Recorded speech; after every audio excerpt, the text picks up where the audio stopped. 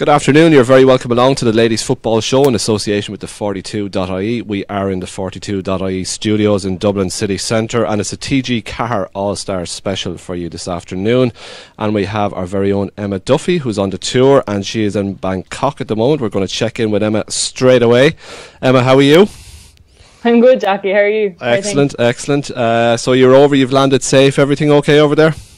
We have just about now. Everything's going really well so far. So we got in at we got to the hotel about 3 o'clock today, our time obviously, and kind of had a bit of downtime, chance to kind of nap a bit, have showers and whatnot, and then we're back out for a barbecue and stuff by the pool this evening even. Okay. So it's been fun, yeah.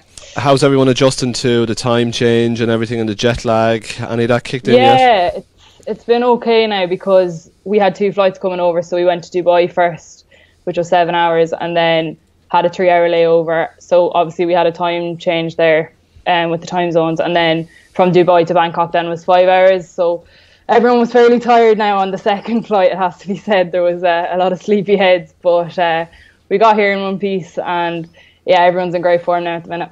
Excellent. So it was a tiring journey, Emma.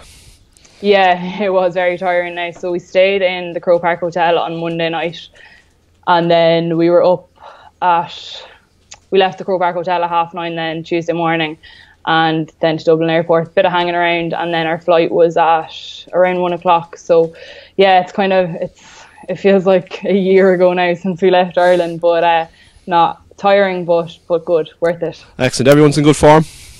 Everyone's in great form, yeah. They're all happy out now down by the pool. I think a few of them are jumping in at this stage. But everyone's in good form. Everyone's just happy to be here. It's a really nice group. Kind of good spread from counties across the country, which is nice. And was there an official welcome for you guys when you arrived? When we arrived, yeah, there was an amount of staff from the hotel out to welcome us, and they had drinks and they had face cloths for us and they had whatnot.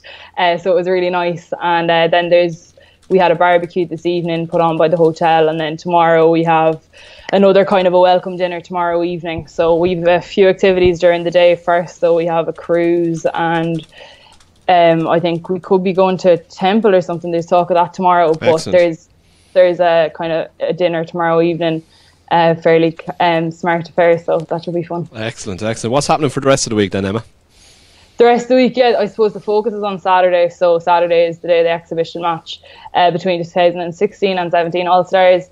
Friday they'll have a training session, and then Saturday, I think Friday there's a few of us then going to meet the Irish ambassador.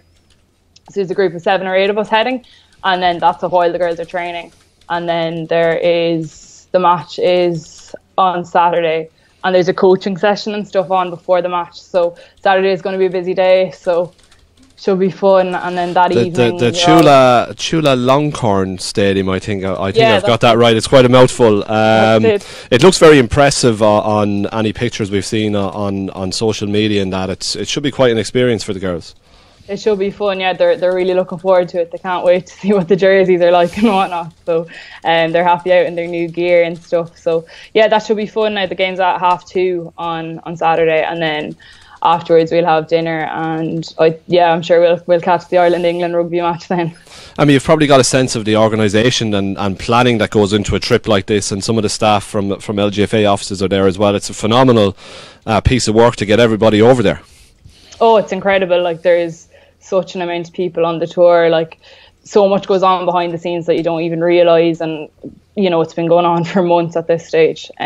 Even just trying to get everyone, like trying to get the group of there must be about 50 people on the tour nearly, like trying to get everyone through the airports and whatnot and into the hotels and checked in, like it's crazy. But no, it's been brilliant, and everyone's been really helpful and in great form. What did you have for your first meal when you arrived? Did you sample any of the local delicacies yet? We had nothing too crazy. Now they put on a barbecue at the pool, so we had burgers and there was ribs and salads and stuff like that, and yeah, there was a bit of couscous and rice, kind of all normal enough stuff. But I'm sure we'll have God knows what by the end of the week. There was some octopus now, but I didn't try that. Very cool. I wasn't feeling brave. Come here, I suppose the local GA people there, the Thailand GA and the Asian County Board, are hugely excited by this trip as well. Are you getting that sense as well, Emma?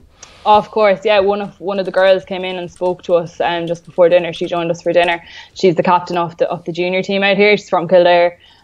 So she was lovely and answered any questions that needed to be asked and whatnot. So yeah, she was telling us all about the city itself, and you know, even just from meeting the staff in the hotel as well. They've been so lovely, and you know, all the locals seem like really, really nice people, and so it's good. Excellent. TG4 are on the trip, obviously, as sponsors of the championships, and very much involved in the tour.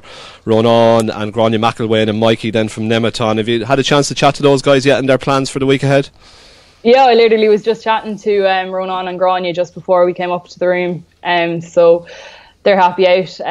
Ronan was just asking, you know, plans for Saturday, and he's gonna be doing a fair bit of live tweeting, but so that'll be fun. And then yeah, just different videos and stuff. So Jerome Quinn is here also, so he's had a video up from the airport, quite a nice one at Noel Healy.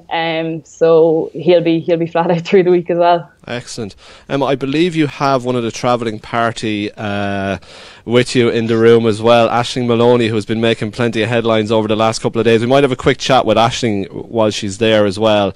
And look after yourself for the week, and thanks for coming on, Emma. I will do. Thanks a million, Jackie. So yeah, Aishling Moloney is on the line to us in Bangkok as well. How are you, Aishling? Hello, how are you all? Greetings from here. Very good. How was the flight? The flight now, the first flight was 7 hours. It was pretty long.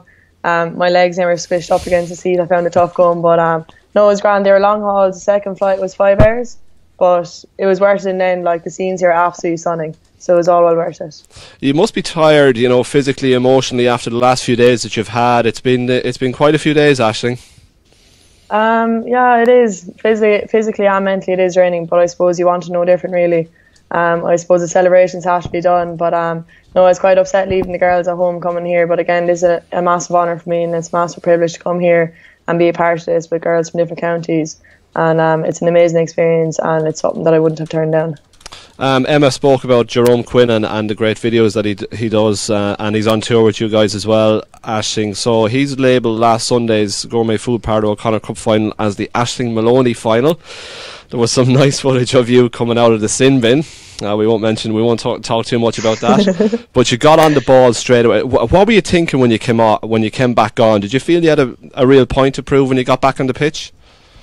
I suppose it was shock really that I was on the sideline. I was standing there and I was kind of like, cheekers, you know, like what could I have done to prevent this? But even the management on the sideline were kind of consoling me, saying that there's nothing I could have done. They found it a bit harsh, but I suppose the hair was standing on the back of my neck, and the nerves were going, and you could see UL tipping over scores, and they were getting frees and stuff like that, and it was just heading their way.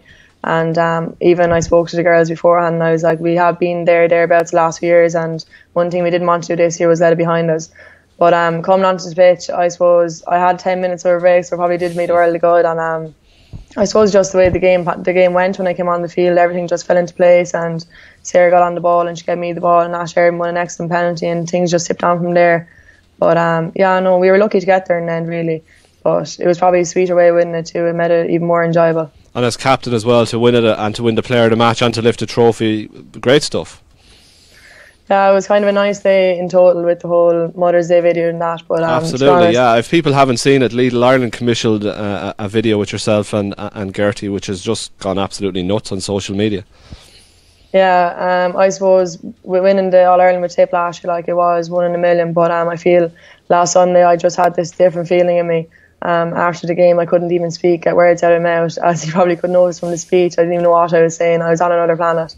But it was really nice. It was lovely. Mum was below me, sure, she was crying with happiness and stuff like that. So it's kind of the family touch as well. When you're winning stuff like that and making them proud, it just gives you that extra drive on even more. Like, and the photo of yourself and Mum and your dad as well after at full time, that was special too, Aishling.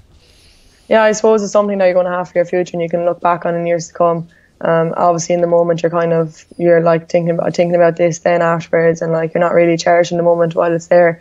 But in years to come, that'll be a lovely photo to look back on and show the cousins and the children and whatnot in years to come. So it was lovely. Absolutely. Actually, the penalty that Sarah stuck away, there was a bit of chat between you guys. You're very good friends. off the pitch, but when you get on the pitch you want to do the business. What was the conversation there? Because I presume you probably fancied it in some way too. Well, to be honest, Sarah was told to be on the penalties, Okay. but I was close to the ball. I picked up the ball and she said, "You take it." But I suppose, to be honest, I was a bit jittery after coming on from the sin bin. Like, my head was all over the place and I couldn't concentrate. And she knew that I didn't have the confidence to do it, so I just asked her to do it, and she stepped up and marked and thankfully she put it away. Yeah, brilliant. You're looking forward to the rest of the week in Bangkok, Aishling? Yeah, it's exciting here. I'm actually just looking at the itinerary. I didn't get a chance to look at it with everything going on, but even we're going on a cruise tomorrow now, an exhibition game on Friday, I think it is, and training the kids.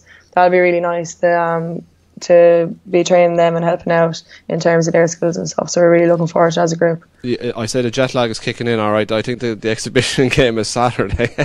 Is it? Yeah, no, sorry about that. I'm getting this You're all all right. Emma's only after handing this to me now to look at it, but I'm just taking what's coming here throughout the week. But, Absolutely, it's been a hectic time. And when you come back to business then with Tipperary, Aishling, you're 4 from 4 in Division 2 of the Lidl National League after coming up from Division 3. It's quite a run you guys are on. Yeah, it is. I suppose a lot of the girls on any county team really in Ireland is playing both college and county, and it was tough going there for a while, and it is at the same time. It is college. It was lovely, but it is kind of nice to have that little bit of a space now in between. But I suppose, yeah, we are on a bit of a run at the minute, but like, I wouldn't be taking anything for granted. We set out at the start of the year. We knew what we were up against, the teams we were up against. We knew it was going to be hard, and things are just happened to fall into our place and go our way. But we're not getting carried away with ourselves. We're not taking anything for granted. We know what's ahead of us. We won't be settling till we get our main goal. I guess there's that bit of momentum from last year as well. Aishling went through the season unbeaten, won the All-Ireland as well. It's just bounced back into this year as well. Yeah, I was even saying to the girls earlier, I was like, it's gas that when you win something, it really gels the team together. And I suppose last year, setting out with Tip, the team bonding wasn't probably as great as what it was towards the end of the year, which is normal for any team really. Any county team, even Dublin will tell you that, the Cork girls would tell you that. It's totally different. And I suppose because we were spending so much time with each other over them winter months, meeting up, having a few quiet ones and that, a few pints of water, I suppose that helped in terms of coming back this year. We weren't separated for that long, and we were coming in as best friends again, meeting each other them a few times a week, and it just made it a whole lot easier. But yeah, no, sure, we'll take things as they come, and like hopefully we might be successful. And if we got to Division 2, it'd be a massive step for us. But sure, look, we'll have to wait and see what way things fall into place. Yeah, league first, obviously, and your main concentration is on that when you come home. Looking a little bit down the line, it's Cork in a TG4 Munster semi-final, which is going to be some battle.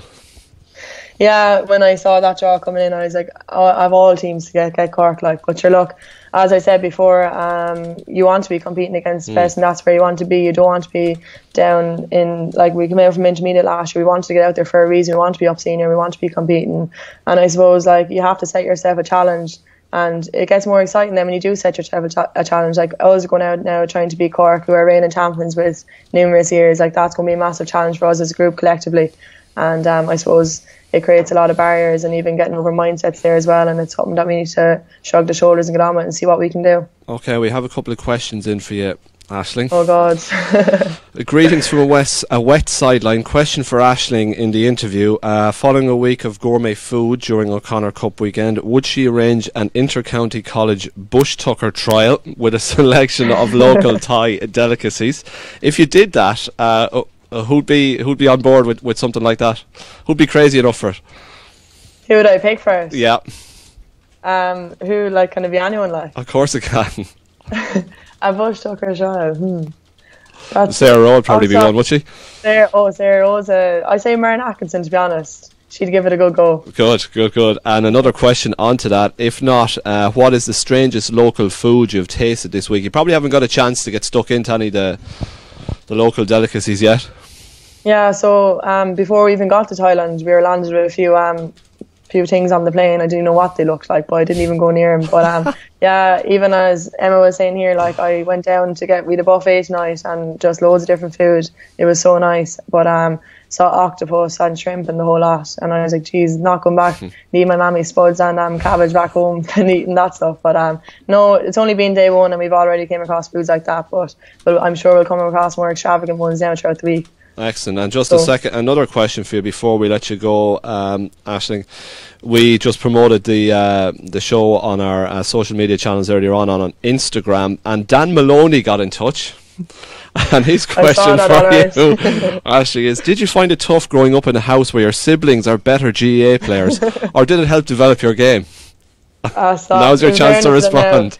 They gave me a good baiting when I was younger. They used to be baiting me around the place. I used to get away with murder with them. He'll admit that himself. No, but even growing up when I was younger, like, I started out playing with the lads. Like, would never, like, always went to their training sessions, would be kicking with their friends in goal and stuff. And I suppose even in terms of that, they'd make it a bit hardy, like. So I'll definitely have to leave the cat out of the bag here and tell you that they were baiting me around when I was younger. So maybe that hardened me up a bit. I don't know. Now, Dan, I hope you're watching. Actually, just getting back to the TG4 All Stars tour and the nature of it. Just how much of an honour is it for you to be a member of this travelling group? I suppose, like, when I got the phone call first, I was absolutely delighted to come on board. It's an absolute privilege and honour to be here today and for the rest of the week as well, and looking at the itinerary here and all the stuff and opportunities we're getting to do over here in Bangkok. Like I probably would have never went to Bangkok in my life only for this. So it's that opportunity alone. But in terms of the girls, like, you're playing against them from different counties. Like, you probably hate each other on the field, and it's a total different scene here today. Like, every girl is getting on with each other and everyone's friends. I suppose when we go back to the football pitch now fairly soon next week, we'll be the opposite. But no, it's an absolute, like, I'm absolutely honoured and privileged to be here today. Like, it's a one in a lifetime opportunity, and I suppose, again, like last weekend, it's only in the future I'm going to look back and really think, like, what an honour and privilege it was. But no, I really enjoy the fact that you're meeting girls from other counties and stuff like that. It kind of makes the experience a whole lot more special. Yeah, it might help to break down barriers in some ways, actually. That you might have preconceptions about players from other counties, but when you get to know them, that totally changes. Yeah, I suppose you obviously are going to have your preconceptions. You're on the field and you're pulling the jersey off each other. I suppose even last weekend, me and Nicola Ward had a bit of a tizzy, like, but then off the pitch, then we're great friends, like. But no, it is very true. Like, sure, you can even have All Ireland finalists here last year, Dublin and Mayo, and, like, obviously that was a big thing between the two of them, and them girls getting on here today, and it's great to see. Like, it's what the J is all about, really. And I suppose even in terms of promoting that to youngsters and stuff, and getting them seeing that, and seeing that it's not all about winning, it's not all about whatever, it's all about the friendships and enjoyment that you get out of it. Final question, Aishling, before we let you go, and you're very good with your time. Gertie and Martin obviously are very, very important people in your life, and you've spoken about them, and we saw the video last weekend. How is Mam taken to the status as an internet superstar? Sure, it was gas when that was being videoed. Sure, Little came down, and sure, she had one of the girls from Dublin. I was saying she wanted breakfast. Mum wanted to know, do you want breakfast? And she had the full Irish on the whole lot, about 100 sausages laid out on the table, make and force them to eat it. But no, Mam, like, sure, it's such a nice thing to have looking back on it. Again, it's something again in the future. At this moment in time, like, everything is you're just going with everything that comes to you. And in the future, I'll look back on it. But no, I really do speak highly about Mum and Dad. Like, they're really close to me in terms of sport, both on and off the pitch, and I do really look up to them. But Mum has been enjoying the crack, really. The girls in DCU have gave her an awful sagging about it, but she's only loving it, really. So it was all good. Good stuff, Aishling. Well, they've reared an absolute topper, and enjoy your trip and look after yourselves in Bangkok. That's Aishling Moloney. Aishling, we're going to let you go. Thanks a lot. Yeah, cheers, thanks a million. Talk to you soon. Bye. Yeah, so that's Aishling Moloney from Bangkok. Very, very good to take the call, the Skype call live to Bangkok, and Emma Duffy, of course, of the 42 here also on the trip as well. So that's it from the Ladies Football Show this week. Jackie Cahill stepping in as Emma is on tour, obviously, in Bangkok, and we'll be back with more Ladies Football chat next week. Thanks for tuning in.